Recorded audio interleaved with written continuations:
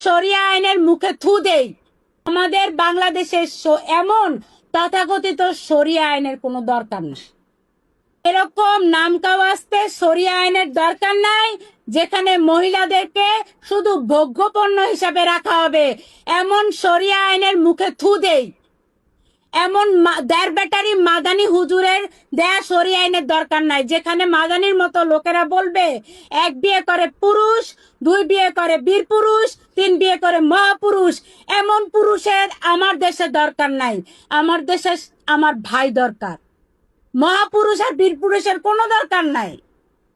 আমরা ছোটবেলায় রবীন্দ্রনাথের কবিতায় পড়েছিলাম, বীর পুরুষ সে যে তার মা সহ পুরো জাতিকে বাঁচায়।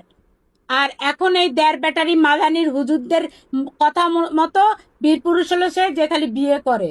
আমাদের তো দরকার নাই। নারীদেরকে যেই আইন ভোগ্যপণ্য বানায় এমন আইন দরকার নাই। আহমদুল্লাহ যে শুধু ওয়াজে বক্তব্য করে আর তার বিভিন্ন পেজ থেকে সে কি করে, মানুষের কাছ থেকে খয়রাত করে বেড়ায়, খয়রাত করে মূলত চলে। হ্যাঁ, আপনারা এই আহমদুল্লাহর ওয়াজ দেখাও বন্ধ করে দিন এবং সরকারের কাছে আমি আহ্বান জানাবো, আহমদুল্লাহ যতগুলো ফেসবুক ইউটিউব পেজ আছে সব বন্ধ করে দেন।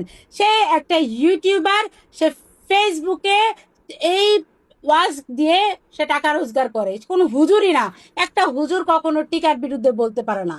আজকে সে কি বলেছে, বলেছে যে যদি শরিয়া আইন প্রতিষ্ঠিত করা যায় তাহলে আর কোনো হবে না। এটা আবার কি ধরনের কথা? 7 বছর শরিয়া আইন বলতে কি বুঝান আপনারা? 7 বছর একটা বাচ্চা কেমন বোরকা পরবে? আমাদের বর্তমানে বাংলাদেশে আমাদের প্রতিবেশী একটা রাষ্ট্র আছে আফগানিস্তান, যে আফগানিস্তানে ধর্মান্ধরা শরিয়া আইন কায়েম করেছে। তাদের দেশের শরিয়া আইন কি? তাদের দেশের শরিয়া আইন হলো যে পুরুষরা মহিলাদেরকে হাড় না ভাঙা পর্যন্ত মারতে থাকবে। এই হলো তাদের দেশের শরিয়া আইন। তারপরে তারা কি করছে? তারা তাদের ছোট ছোট মেয়েদেরকে বিক্রি করে দিচ্ছে।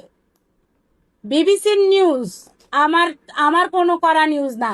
ছোট 7-8 বছরের বাচ্চা মেয়েকে বিক্রি করে দিচ্ছে 50-60 বছরের বুড়ার কাছে।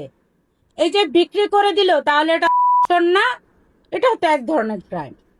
এত ছোট বাচ্চাটাকে যে বিক্রি করে দিচ্ছে আফগানিস্তানে, এটাও তো ছোট বাচ্চাদেরকে, ছেলেদেরকে, মেয়েদেরকে তারা বিক্রি করে দিচ্ছে, তারা খাবার পাচ্ছে না। তাই মহিলারা আদ্যপান্ত বোরকা ছাড়া ঘরের থেকে বেরিয়ে হতে পারছে না। এই এই জিনিস, একে কি আপনারা শরিয়া আইন বলেন? এই হুজুররা যদি একে শরিয়া আইন বুঝায়, তাহলে বাংলাদেশে, আমাদের বাংলাদেশের এমন তথাকথিত শরিয়া আইনের কোনো দরকার নেই। এরকম নামকাওয়াস্তে শরিয়া আইনের দরকার নাই, যেখানে মহিলাদেরকে শুধু ভোগ্যপণ্য হিসাবে রাখা হবে। এমন শরিয়া আইনের মুখে থু দেই।